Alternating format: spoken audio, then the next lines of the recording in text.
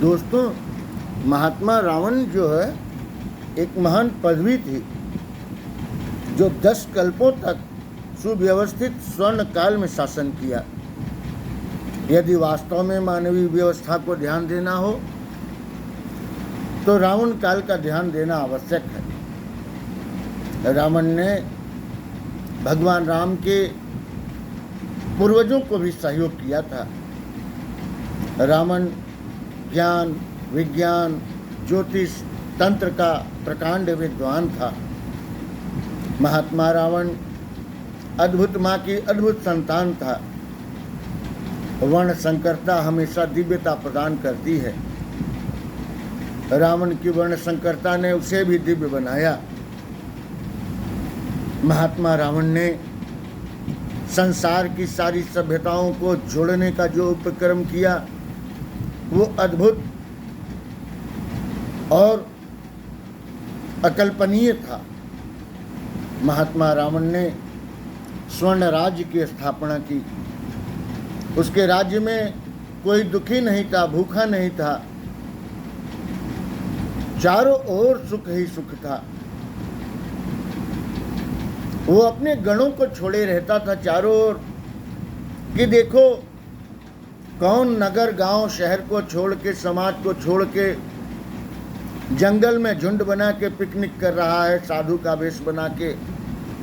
उन्हें खदेड़ो और जाएं समाज में कुछ करें। इस तरह उसने हर ओर अपनी व्यवस्था का निर्धारण कर रखा था। कथाओं में कहा जाता है कि रावण के असुर जाके विध्वंस करते थे। 10 कल्पों से रावण का पद था, रावण का राज्य था। भगवान राम ने तो 2 ही 3 कल्प तक राज्य किया, लेकिन उसने 10 कल्पों तक राज्य किया। वो एक महान पदवी थी। उसने ब्राह्मणों के लिए महान उपकार किया कर्मकांड को लिख के,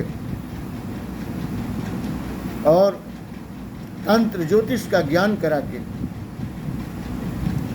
इसलिए ब्राह्मणों को सदैव ही महात्मा रावण का एहसान मानना ही चाहिए। महात्मा रावण ने एक नई सभ्यता का आविष्कार भी किया था। उसका नाम था रक्ष सभ्यता। रक्ष सभ्यता बाद में चल के राक्षस कही जाने लगी। उसका कहना था कि हमारे रक्ष धर्म में तुम्हें कोई अनैतिक रूप से एक झापड़ मारे, तुम पलट के उसे 4 पहले मारो। और इस प्रकार महात्मा रावण ने रक्ष पद्धतियां विकसित की। सर्व समाज का सम्मान और सबको एक समान इज्जत देना, संसार के समस्त लोगों से उसने पारिवारिक और रिश्तेदारिक संबंध स्थापित कर सारे संसार को जोड़ लिया। महात्मा रावण इसीलिए अजर अमर भी हैं। माता कैकसी की अद्भुत संतान और पौलस्य के नाती महात्मा रावण अद्भुत थे ही। योग्यताओं को सनातन सदैव ही प्रणाम करता है। महात्मा रावण जैसा न हुआ और न होगा, जिसका सम्मान राम के वंशधर भी करते थे। कोई पदवियां चलते चलते एक दिन अहंकार को धारण कर लेती हैं। सो 10वें कल्प में रावण की पदवी ने भी अहंकार धारण कर रखा था। उसके अंग अहंकारी हो चुके थे। सो उस महात्मा ने आवाहनी शक्ति से, जो स्वयं शिव का अंशधर था, नारायण अंश को अवतार कराया और प्रथम अपने उन सारे अंगों का मर्दन करा दिया जो अहंकार को पोषक थे। और अंततोगत्वा उसने यज्ञ आहुति दे दी। कहा जाता है कि महात्मा रावण का एक बहुत जिगरी मित्र था, दोस्त था, जिसे हम तुतनखामेन के नाम से जानते हैं, जो जो भगवान राम को अधिक पूजता था और रावण का अभिन्न मित्र भी था। रावण की जब मृत्यु हुई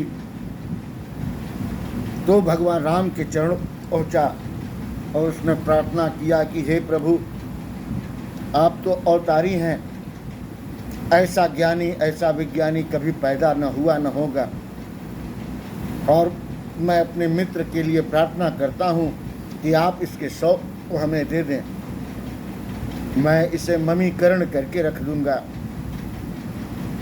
एक दिन ऐसा आएगा कि ये स्वयं आकर अपने को जीवित कर लेगा। तो कहा जाता है कि उसने श्रीलंका में ही कहीं उसकी मम्मी बना के दबा दी। सो आने वाले समय में ईश्वर अपना आभास देंगे ही। दोस्तों, महात्मा रावण अद्भुत थे। उनकी अद्भुतता की पराकाष्ठा है।